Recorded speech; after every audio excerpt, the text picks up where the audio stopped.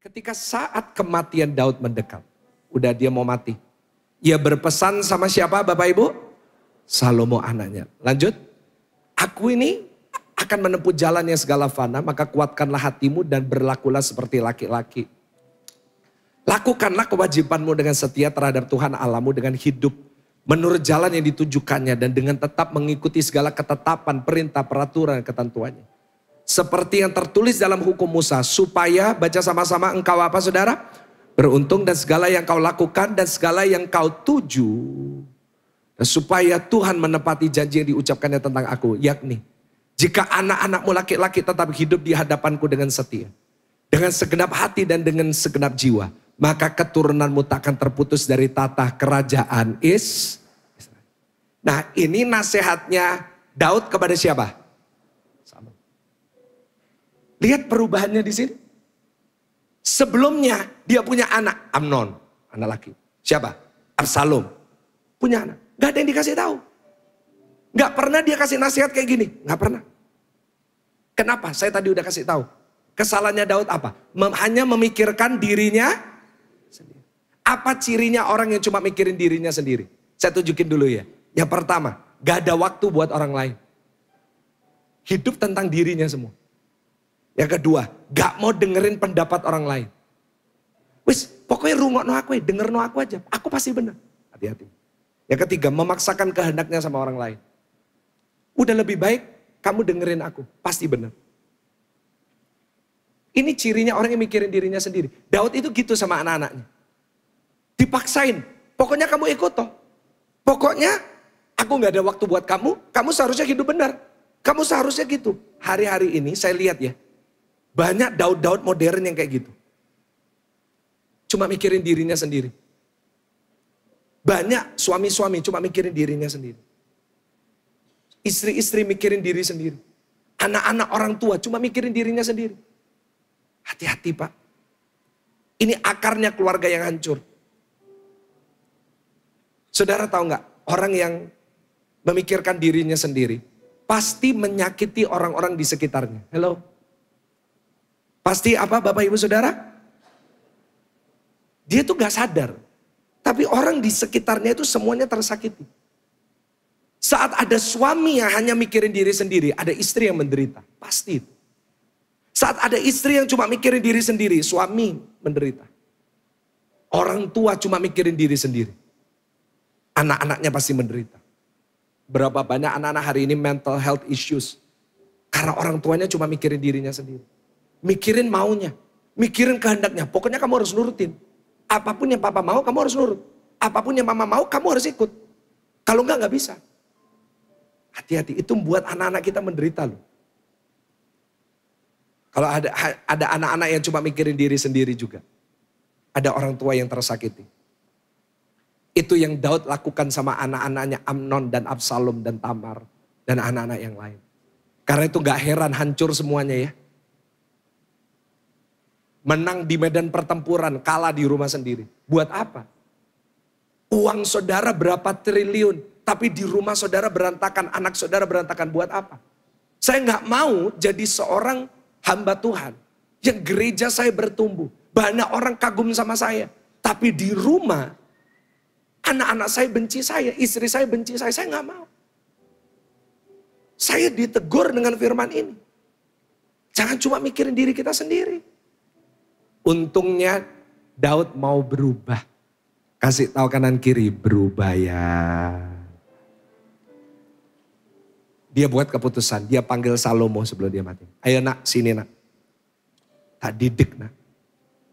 Dia kasih waktu sama Salomo. Ngobrol sama Salomo. Tanya pendapat Salomo. Mulai kenal Salomo. Kelihatan di mana? Nanti kalau saudara baca Amsal, di rumah saya kasih saudara tugas baca Amsal. Di Amsal ini, begitu banyak influence Daud terhadap Salomo. Salomo banyak quote, saya gak punya waktu jelasin satu-satu. Di quote semua. Seperti ayahku berkata. Kenapa? Karena Daud mulai berubah. Dari seorang yang cuma mikirin diri sendiri, catat baik-baik. Daud mulai jadi pribadi yang mau memikirkan orang lain. Ulangin sama-sama 1, 2, 3, pribadi yang mau apa saudara? Memikirkan orang lain. Hari ini doa saya, setiap jemaat di sini, suami, istri, orang tua, anak, mulai belajar, mulai dari saudara keluar dari ruangan ini. Jangan cuma pikirin diri sendiri, mulai pikirkan orang lain. Boleh katakan amin? Apa cirinya orang yang memikirkan orang lain? Catat yang pertama, memberikan waktu lebih lama untuk orang lain. Hari ini, berikan waktu saudara untuk keluarga saudara yang mau katakan amin. Suami-suami jangan cuma sibuk cari uang, jangan cuma sibuk dengan urusan sendiri, dengan hobi. No. Sediakan waktu untuk istri. Boleh katakan amin? Banyak istri-istri kenapa sukanya itu gosip di luar? Karena di rumah gak pernah didengar, Pak. Ayo Pak, mulai hari ini kalau istri kita cerita, kita mau mendengarkan. Bu gak usah ikut-ikut Bu ya. Amin Pak. Amin. Ya. Bu mulai hari ini curhatnya itu sama suami. Tapi ada yang bilang, Pak ngapain curhat sama suami? Bung, apa yang saya katakan gak pernah didengerin Pak. Dia gak pernah dengar. Mulai hari ini berubah. Banyak bapak-bapak hari-hari ini buat kesalahan-kesalahannya apa? Banyak bapak-bapak hari ini punya kemampuan mendengarkan tanpa mendengarkan. Jadi saat istrinya cerita dia gini, oh gitu. Oh, ini bapak yang berdosa Bapak Ibu Saudara ya. Dia ngaku dengan tertawanya sudah. Oh gitu. Oh iya. Tapi di otaknya dia lagi mikirin nanti makan apa ya sore ya. Akhirnya dia gak tahu. Mulai hari ini Pak, istri cerita kita dengar. Ibu-ibu juga. Jangan cuma sibuk dengan segala hal-hal yang lain lah. Saya gak tahu. Saya bukan wanita ya, jadi saya gak tahu ibu-ibu sekarang sibuknya apa. Ayolah Bu, sediakan waktu buat suami. Orang tua, sediakan waktu ngobrol sama anak. Saya sesibuk-sibuknya saya ada waktu yang saya gak bisa diganggu-gugat. Saya matikan handphone saya matikan semua. Saya sediakan waktu buat Tiffany, buat istri saya. Kesalahan saya dulu, saya terlalu sibuk dengan pelayanan dengan yang lain. Saya udah gak gitu. Saya mau hadir, saya mau memberikan waktu. Kenapa saya gak boleh cuma mikirin diri saya sendiri. Yang kedua, orang yang mau memikirkan orang lain.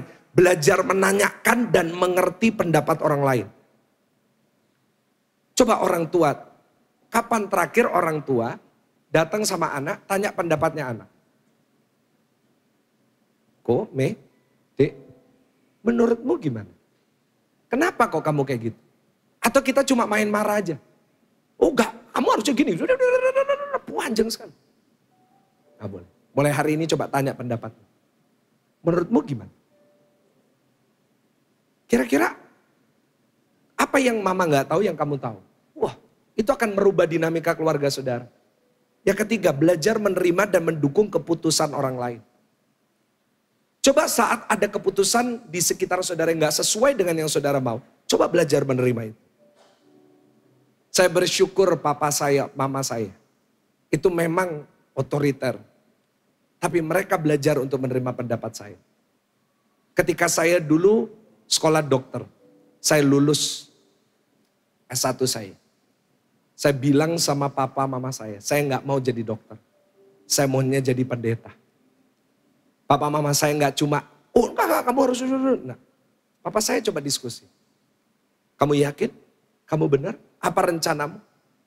Kita mulai diskusi, mulai berdialog. Dan apa yang terjadi? Saya memutuskan, saya jadi hamba Tuhan, saya sekolah MTH, saya jadi hamba Tuhan full time.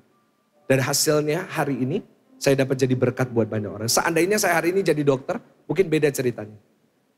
Tapi karena di keluarga saya, waktu itu saya masih ingat orang tua saya mendukung.